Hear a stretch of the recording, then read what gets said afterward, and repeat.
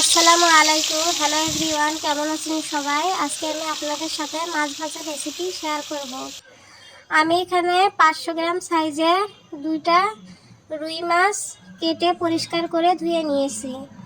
দিয়ে দিচ্ছি স্বাদ মতো লবণ, মরিচের গুঁড়া আর হলুদের গুঁড়া।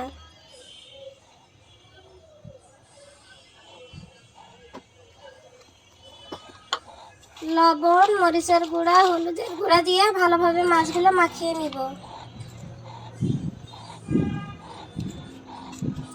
মাখানো হয়ে গেলে চুলায় একটা কড়াই বসিয়ে দিয়ে দিব পরিমাণ মতো সরিষার তেল। আমি সরিষার তেল দিয়েছি, আপনারা চাইলে সয়াবিন তেলও দিতে পারেন। তেল ভালোভাবে গরম হয়ে আসলে মাখিয়ে রাখা মাছগুলো দিয়ে ভেজে তুলে নিব।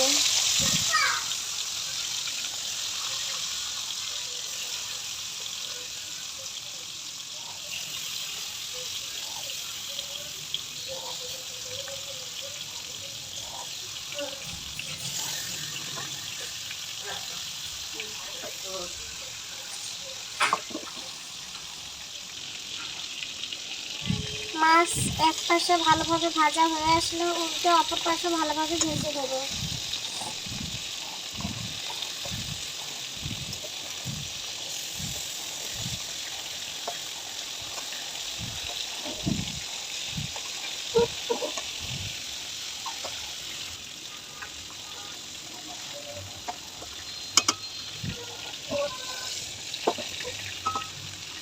সবগুলো মাছে ভালোভাবে ভাজা হয়ে গিয়েছে, এখন মাছগুলো তুলে নেব।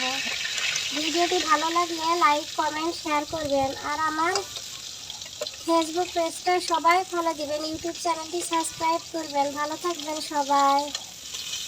আল্লাহ হাফেজ।